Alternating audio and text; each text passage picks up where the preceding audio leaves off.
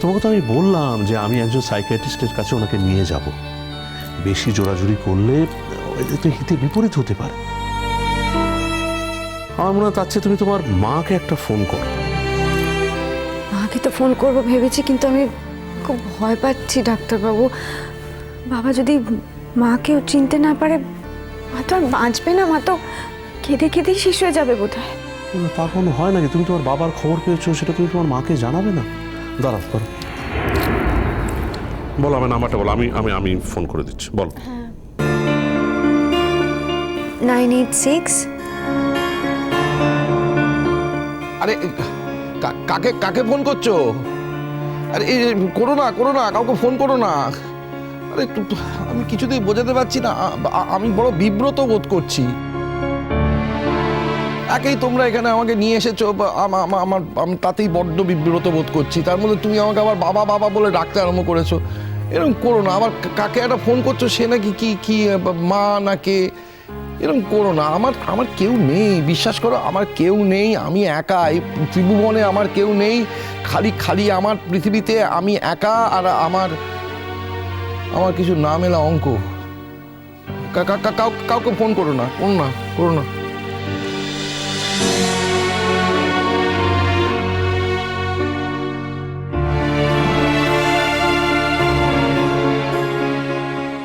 কাকুন ring হচ্ছে, কথা বলো।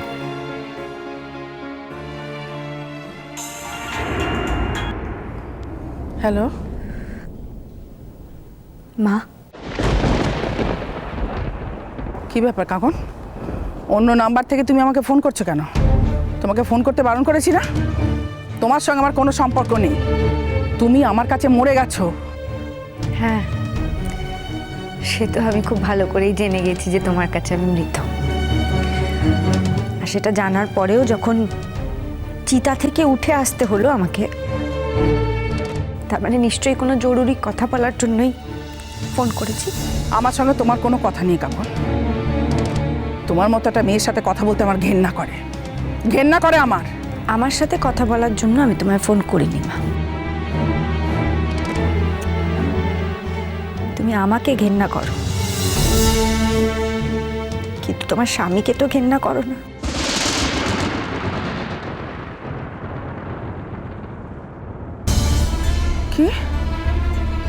কি বললি তুই?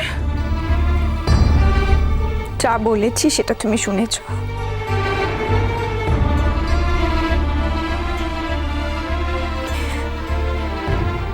বাবা এখন আমার কাছে আছে, আর তোমাকে যদি বাবার সাথে দেখা করতে হয় তাহলে তোমাকে আমার কাছে আসতে হবে। বাবার কথা বলছিস মানে? বাবা কোথায়? আর তুই বা এখন কোথায়? আচ্ছা ঠিক আছে, তুই মানুষটাকে দে, আমি ওর গলা শুনবো। আর যদি সেটা দিতে না পারিস তাহলে বুঝবো তুই আমাকে ফাঁদে ফেলার চেষ্টা করছিস। দে বাবাকে। কি বললে মা? আমি তোমাকে ফাঁদে ফেলার জন্য ডেকে পাঠাচ্ছি? আমি তোমাকে ফাঁদে ফেলবো মা? মানুষ যখন নিচে নামতে থাকে না, তখন নামতে নামতে তলিয়ে যায়, তার আর কোনো তাল জ্ঞান থাকে না। তোর অবস্থা হয়েছে সেই রকম।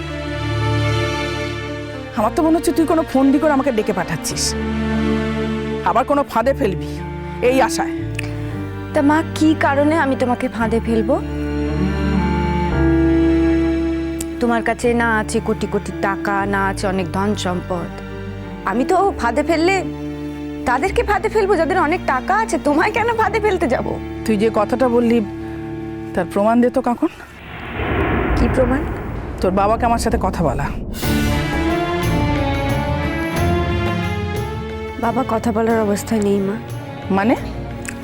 সেটা দেখার জন্যই তো তোমাকে কলকাতায় আসতে হবে মা। শোনো, আমি তোমাকে বলেই দিই, আমি এখন ডাক্তারবাবুর বাড়িতে আছি। বাবাও ওখানেই আছে আমার সাথে। ডাক্তারবাবুর বাড়ি মানে? অবাক হচ্ছ? ডাক্তারবাবুকে চেনো না তুমি? মামনির ভাই। বুঝেছি। তা তার বাড়ির ঠিকানাটা কি?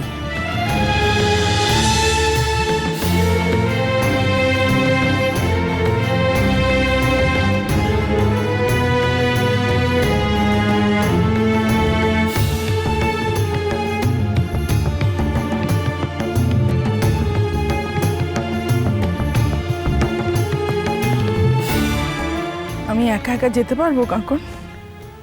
নিজের স্বামীকে দেখার জন্য যদি এইটুকু না করতে পারো, তাহলে স্বামীকে ভালোবাসি, স্বামীর জন্য অপেক্ষা করে আছি, এই কথাগুলো আর কোনোদিন বলো না মা। কাকন,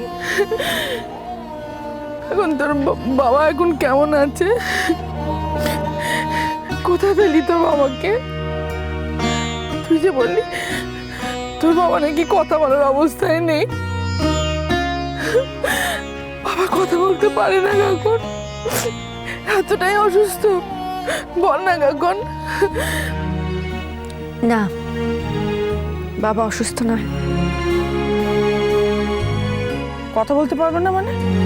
দে বলছি বাবাকে, আর যদি তা না দিস তাহলে বুঝবো তুই আমাকে মিথ্যে বলছিস। সেটা জেনে যদি তুমি না আসতে চাও তাহলে এসো না মা, কিন্তু আমি যখন বলছি এখন বাবা কথা বলার অবস্থাতে নেই, তুমি সেটা নিয়ে জোর করো না। বাজে কথা বলার জায়গা পাও না তুমি। আমি ঠিক ধরেছি, তুমি আমাকে ফাঁদে ফেলার চেষ্টা করছো। কি ভাবছো তুমি যে কাজ করছো আমাকেও সেই লাইনে নামাবে? মা! কাকুন, কি হয়েছে? ফোনটা আমায় দাও।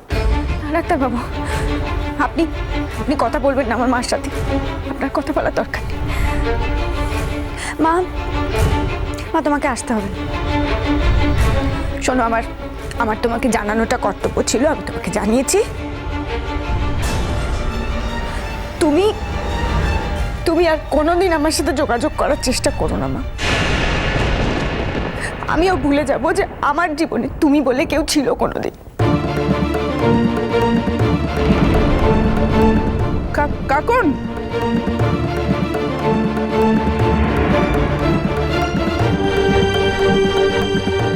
ছি ছি কাকুন, তোমার মা তোমার সঙ্গে এরকম ব্যবহার করলো? এই তোমার বড় কষ্ট, তাই না মা? কাঁদে না মা, কাঁদে না, সব ঠিক হয়ে যাবে, একদিন সব ঠিক হয়ে যাবে। দেখো, যিনি তোমাকে দুঃখ দিয়েছেন তিনি একদিন না একদিন তোমাকে আবার দেখবেন, তোমাকে সান্ত্বনা দেবেন, সব ঠিক করে দেবেন। দেখো, তুমি তো তাকে মিথ্যে আশা দিয়ে নিয়ে আসছো, সেটা তো ঠিক করছো না। তুমি আমাকে বাবা বলে ডাকো, বাবার মতো সম্মান দাও, সেটা ঠিক আছে, যদিও আমি খুব বিব্রত হচ্ছি, কিন্তু দেখো, নিজের স্বামীর জায়গাটা তো আর অন্য কাউকে দেওয়া যায় না। তিনি যদি এখানে এসে আমাকে দেখতেন তাহলে কত বড় ধাক্কা খেতেন ভাবো তো, তাতে আরো তোমাকে নিগ্রহ করতেন। তাই তিনি না এসে ভালোই হয়েছে। হ্যাঁ, কেঁদো না, কেঁদো না। হ্যাঁ, বুঝেছি বাবা। আমাকে আসলে সারাটা জীবন নানা রকম লড়াই করে বাঁচতে হবে। এটাও তার মধ্যে একটা লড়াই, একটা বড় লড়াই। এতদিন পর আমি আমার বাবাকে খুঁজে পেলাম, আমার বাবা আমাকে চিনতে পারছে না। আমার বাবা বলছে আমি তোমার কেউ নই। এটাই আমার পাওনা ছিল, কিন্তু আমারও চ্যালেঞ্জ। আমিও একদিন প্রমাণ করে দেব। তুমি একদিন নিজে মন থেকে আমাকে মেয়ে বলে কাছে ডেকে নেবে। তুমি আবার আমাকে কঙ্কাবতী বলে ডাকবে। তুমি আবার আমাকে রবি ঠাকুরের কবিতা পড়ে শোনাবে। তুমি আবার আমাকে অঙ্কে ভুল করলে বকাবকি করবে। তুমি আবার আমাকে হাত ধরে সমুদ্রে নিয়ে যাবে।